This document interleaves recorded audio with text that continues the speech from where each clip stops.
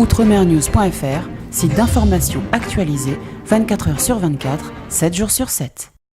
On l'a senti en fait qu'il y avait un soutien qui était fondamental et c'est parce que vous étiez là. Je sais que certains d'entre vous n'avaient pas vu l'association depuis très longtemps et sont revenus en souvenir effectivement déjà de cette marche de 1998 et effectivement des différentes commémorations. Alors c'est une grande victoire et qui n'a pas été simple. Nous on était à l'intérieur, on sort de là quand même un peu secoué. C'était pas simple, mais nous l'avons gagnée, peu importe si elle était dure ou pas. Et en cela, il a ses représentants, ce conseil d'administration, Emmanuel Gordien, vice-président, Gérard Timodan, vice-président.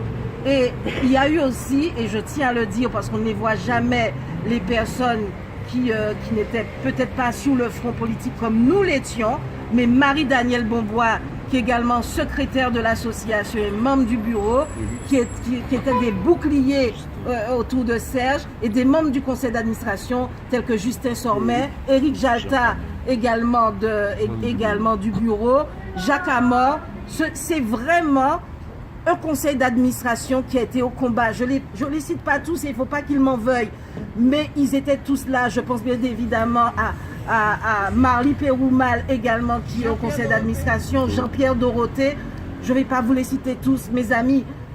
Ne m'en veuillez pas si j'en ai oublié certains. Gilles Gabon aussi, vous ne citez que lui. Ils étaient là et c'est eux qui ont permis à l'association de fonctionner comme elle a fonctionné. Et ça vraiment, il faut les remercier.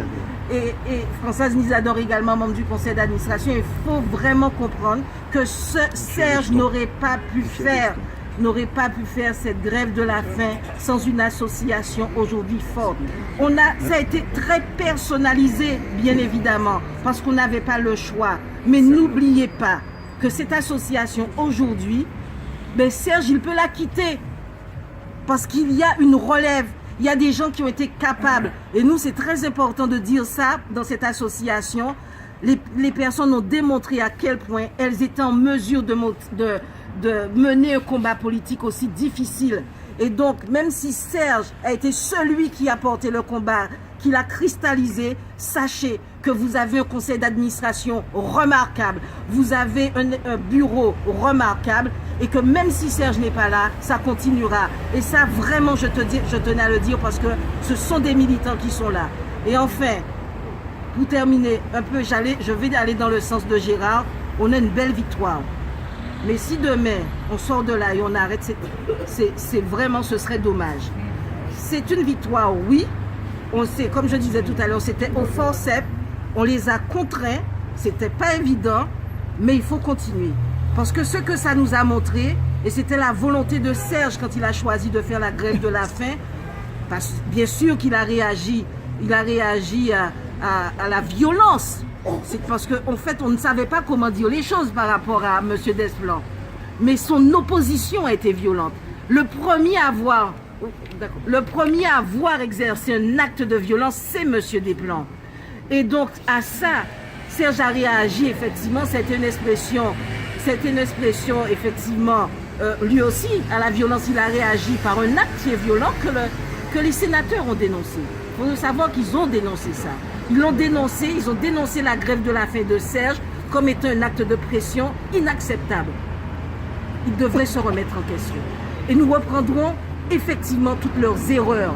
Ce n'est pas, et moi je dirais que ce n'est pas admissible que depuis 20 ans, une association qui justement n'a pas été dans la violence, une association qui a joué le jeu de la République, une association qui a toujours, quand on lui a dit que c'était pas bon, a revu sa copie, on l'a tourné en bourrique pendant 20 ans.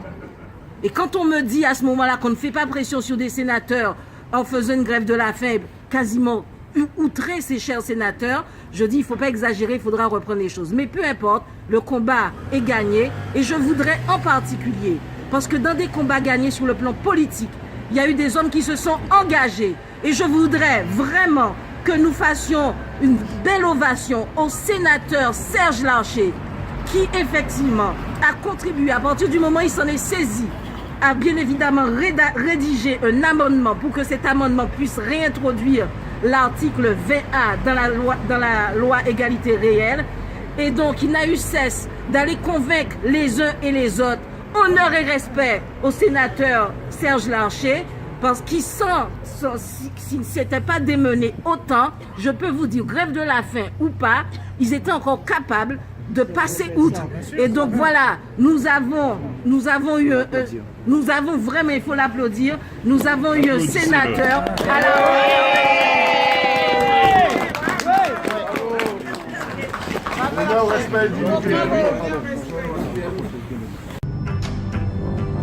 Outremernews.fr, site d'information actualisé 24 heures sur 24, 7 jours sur 7.